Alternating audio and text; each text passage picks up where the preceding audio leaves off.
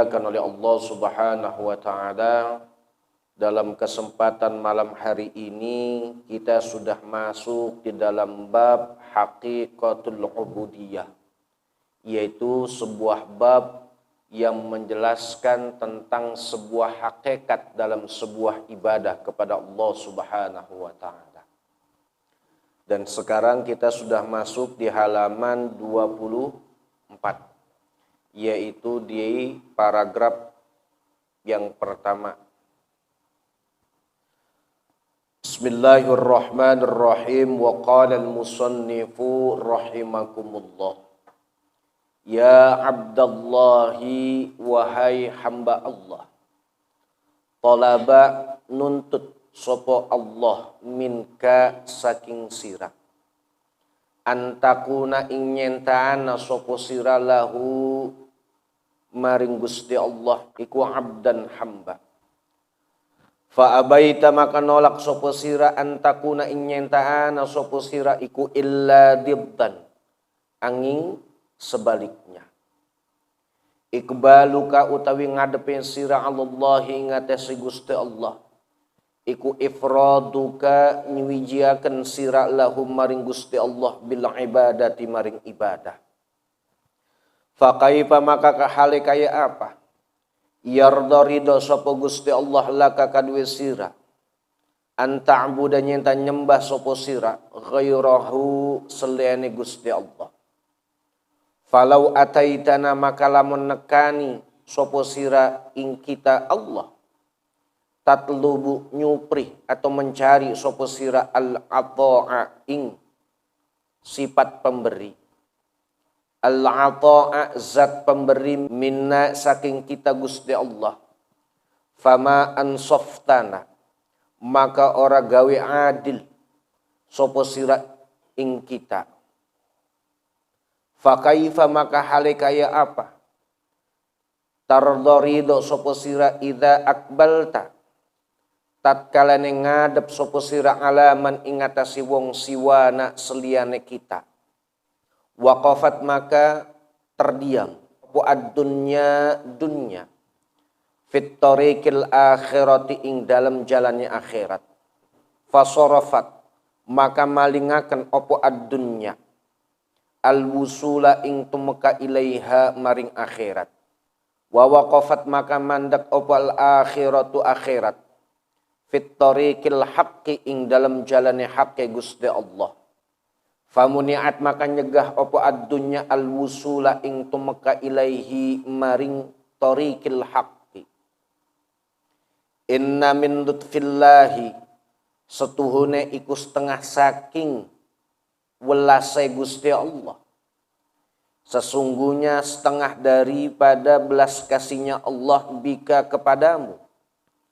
Ayak syifa nyentam buka akan sopo Gusti Allah laka kadwe sira an uyubi nafsika saking piro-piro aib dirine sira wa yasturoha dan nutupi sopo Gusti Allah ha ing al uyuba nafsik anin nasi saking manusia. Idza u'tita tatkala ini diparingi sopo sira ad-dunya ing dunya. Wa muni'ata dan dicegah sopo sira asyukra ing syukur fiha ing dalam dunya. Fahia maka utawi dunya iku mihnatun ujian fi haqqika ing dalam haqqi sira. Qala ngandika sapa Rasulullah sallallahu alaihi wasallam. Qalilud dunya utawi sedikitnya dunya iku yulhi nglupaaken apa dunya anit antorikil akhirati saking jalane akhirat. Kana maka ana iku tetap li ba'dihim maring setengah para ulama apa zaujatun istri. Faqalat maka ngucap sapa zaujah lahu maring li ba'dihim lahu maring rajul yauman ing dalam suatu hari la aqdiru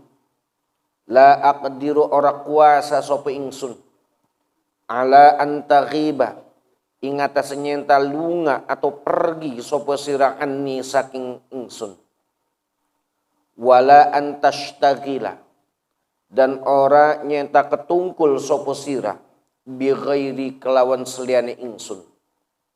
Fanudiya maka dipanggil sapa rajul idza kana tatkalane an apa hadhihi iki zaujah iku la khaliqatan ora kang didadiaken wala maujudatan dan ora diwujudaken. Wahia utawi zaujah iku tuhibbu demen sapa sira antajma'a nyentang ngumpulaken sapa sira qalbaka ing hatine sira alaiha ing atase zaujah. La ahabbu ora demen sapa ingsun antajma'a nyentang ngumpulaken sapa sira qalbaka ing atine sira alayya ing atase ingsun ana saya ana hiya ingsun. Hadirin yang insyaallah dimuliakan oleh Allah Subhanahu wa taala. Dalam kesempatan malam hari ini kita akan sedikit mengupas tentang sebuah hakikat dalam sebuah ibadah kepada Allah Subhanahu wa taala. Syekh Abu Athaillah mengatakan, ya Abdallah, wahai hamba-hamba Allah, sesungguhnya Allah senantiasa mencari diri kita, menjadikan diri kita ini menjadi seorang hamba. Akan tetapi sebuah kenyataan yang kita jalani dalam hidup ini, fa'abaita an takuna illa diddan.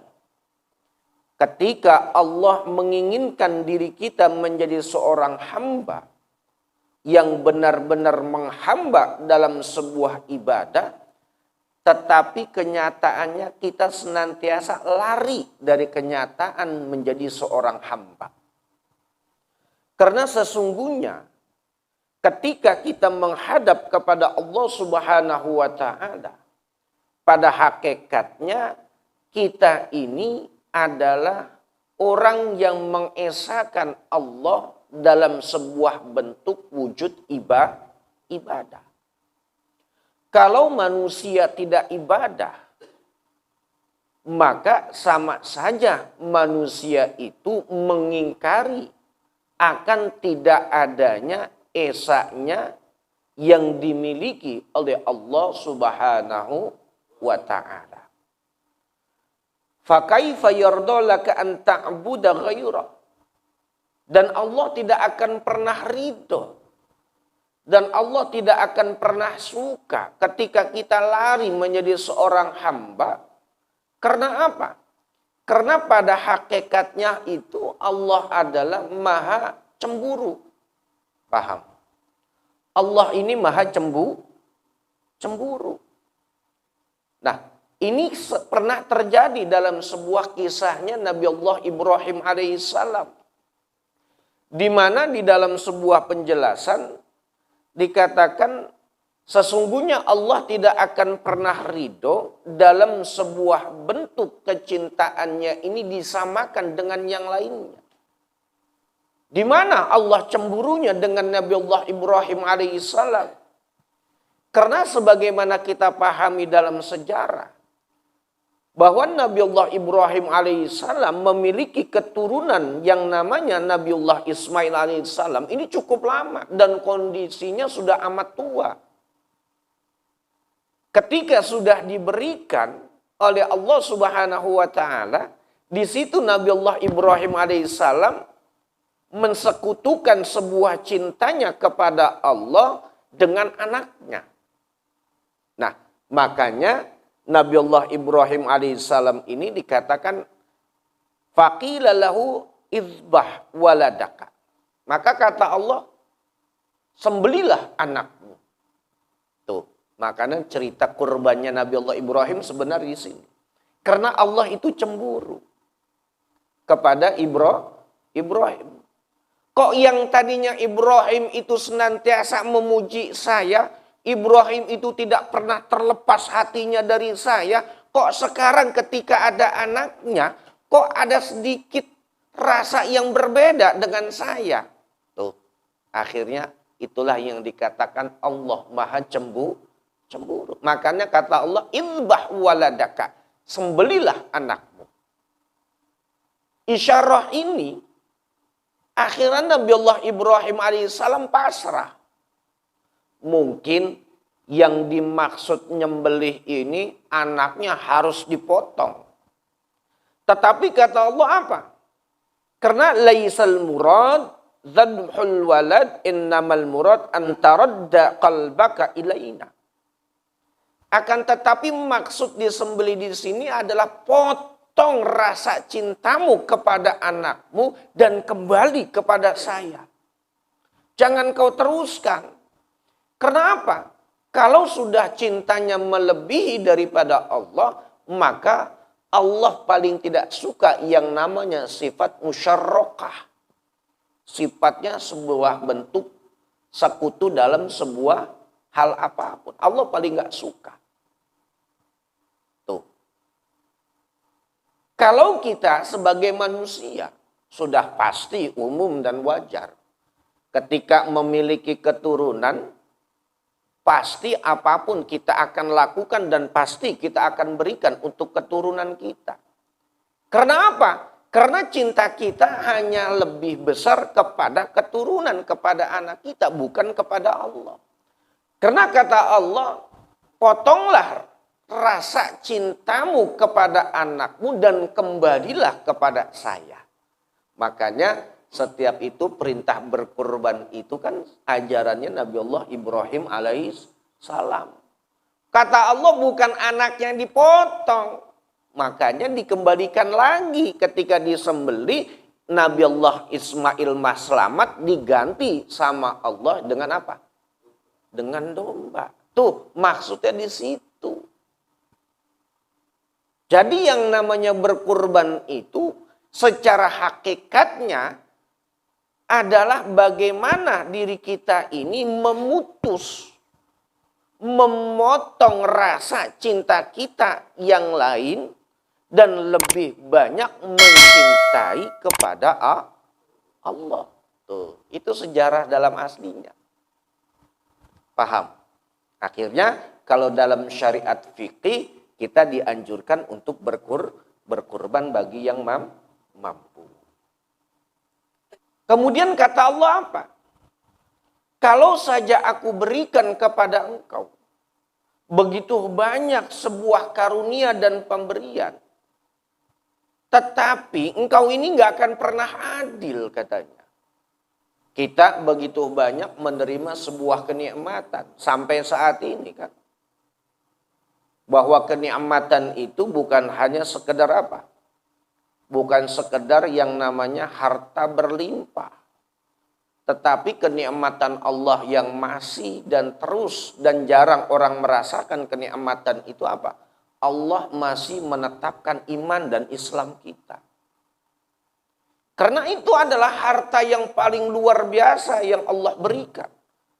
Bagaimana seandainya Allah tarik yang namanya iman dalam diri kita. Allah tarik yang namanya apa?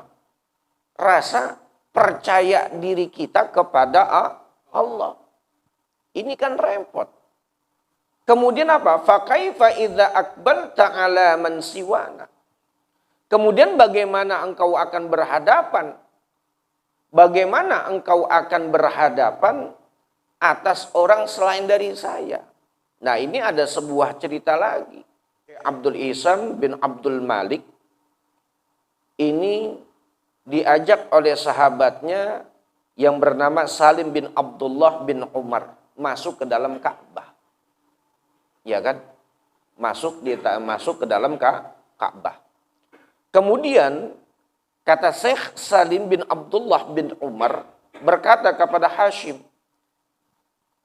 "Salni hajataka." Silakan kau minta hajatmu kepada Allah. Apa yang dikatakan oleh Syekh Al-Hashim?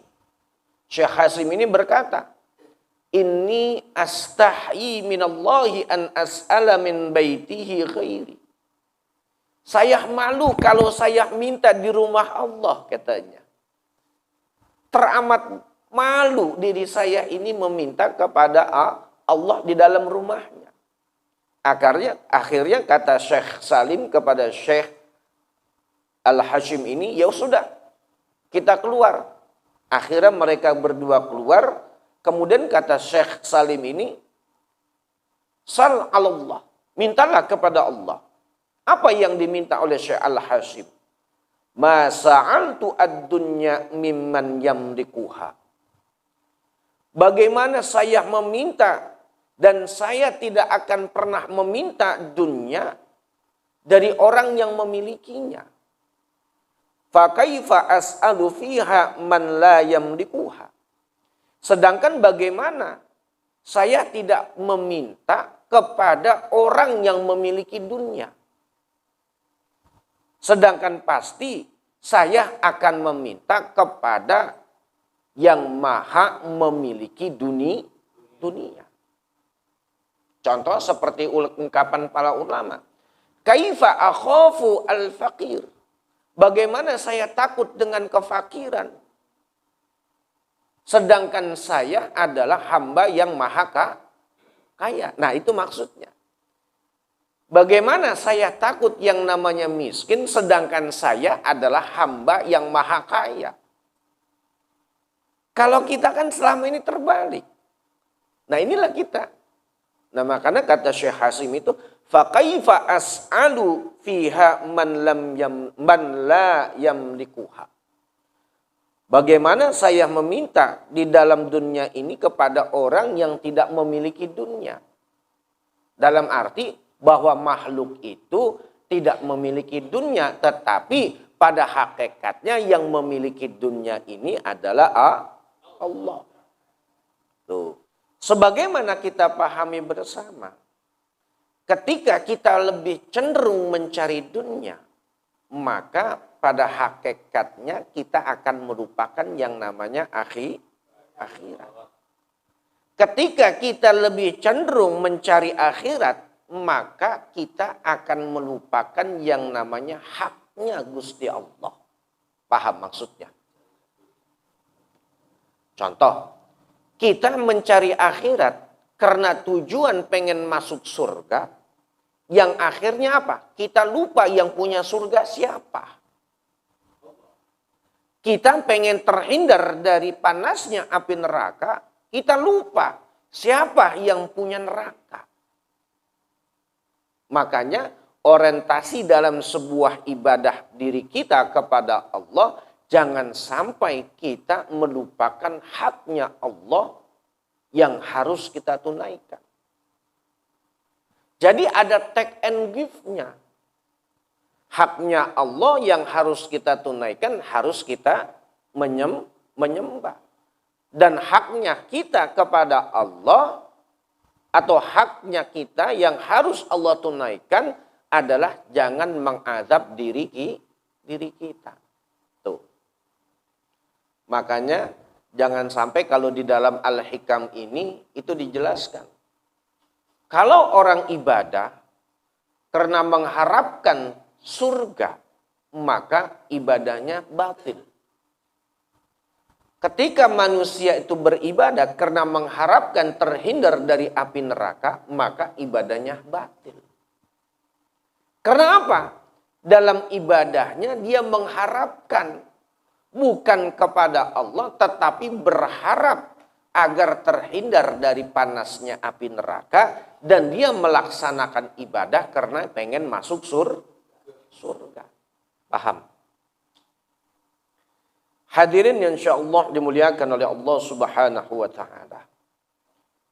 Kemudian salah satu bukti akan belas kasihnya Allah terhadap diri kita, di mana Allah membuka aib yang hanya kita ketahui sendiri, tetapi Allah menutup aib kita dari orang lain. Paham? Kita punya aib dan kita yang tahu.